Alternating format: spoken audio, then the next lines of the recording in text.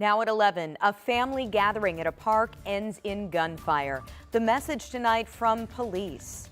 Plus, one family's new mission to stop gun violence after it claims a loved one's life. How they're planning to reach out to others. And the streak of 90s continued for some. We've got thunderstorms on the way and some relief in the 7-day. Live from Indy, you're watching 13 News.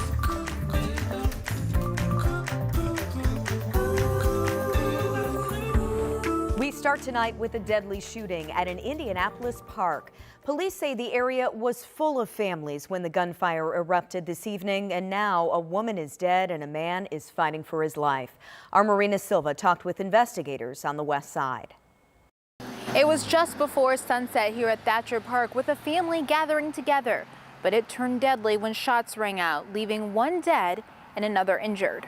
It happened just before 8 p.m. when police were called here for shots fired. When they got here, they found 2 people with gunshot wounds.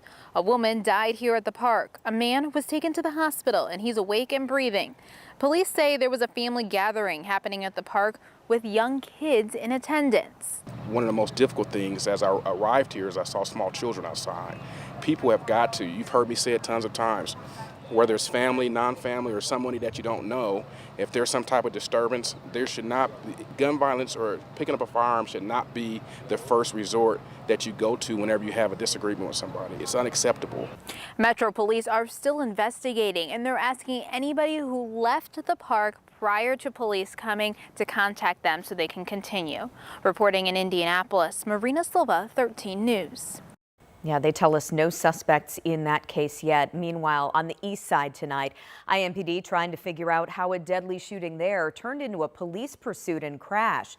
This started around 9 a.m. near 42nd and Midhofer. Officers heard gunshots and found 3 people shot in an apartment complex. 2 of them died. Officers then saw a vehicle speed away. It eventually crashed into an ambulance near 16th and Shadeland. Detectives say no one inside the ambulance was hurt, but it took a while to get the suspect out. But we have an obligation as a police department to say that this is not acceptable and we will not tolerate this. And if you do behavior like this, we will chase you, we will catch you, and we will hold you accountable for your actions. And that's exactly what our officers did out here today. Now, we're almost halfway through the year, and we wanted to share the number of homicides. They're actually down across Marion County right now. So far, we've seen 68 homicides in 2025. That compares to 100 homicides at this time last year. IMPD also telling us their department is currently down 300 officers. An Indianapolis woman wants her nephew's death by homicide to have some meaning. So she's opening up an academy to teach people life skills and give others a positive future. Marina Silva talked with her earlier today about the mission. If they're having a situation or a problem, they come in here to resolve it. This sensory room is just part of what Regina Jordan imagines could change lives here in Indy. She's turning her pain into purpose, creating the Anthony J. Mormon Academy. It's not just a school, but a movement. It's about meeting the holistic child. So that means that not just the child, but the parent, not just the parent, but the community, not just the community, but church. Anthony was killed in 2022, found shot in a car on the east side with 2 others.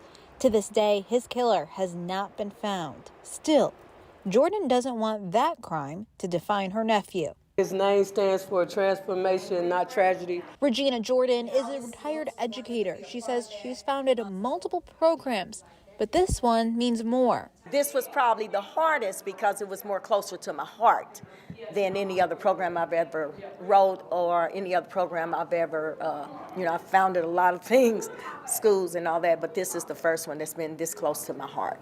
The Academy will be at the Total Praise and Worship Center on the east side near 39th and Rural Streets. It will have different programs from classes to one-on-one mentors designed to fit the needs of children and parents in the community.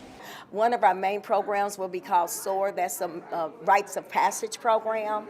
Another program that will be in is called Parents, and it's actually acronyms teaching parents how to be better parents. She says it takes a village to help a child. This program is definitely designed for the whole family, not just the child, but the whole family, the mother, the father, the parents, the children. Anthony's mom says the academy's focus on family fits her son perfectly. I think he'll love it.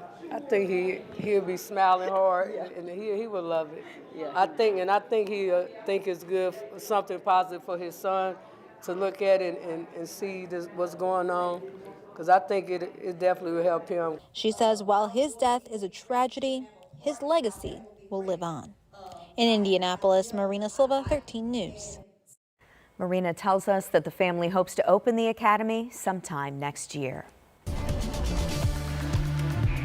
All right, 11:05, let's give you a live look at downtown Indianapolis. Really pretty night out there, and hey, it's finally comfortable. We're sitting at around, 77 degrees right now, and kind of nice out there. There was a really nice sunset earlier tonight. It sure was. And, you know, this is the 8th straight day of 90-degree temperatures for Indianapolis. Longest streak we've had in 13 years. 13 years. Yeah, we'll be close tomorrow, may not get it.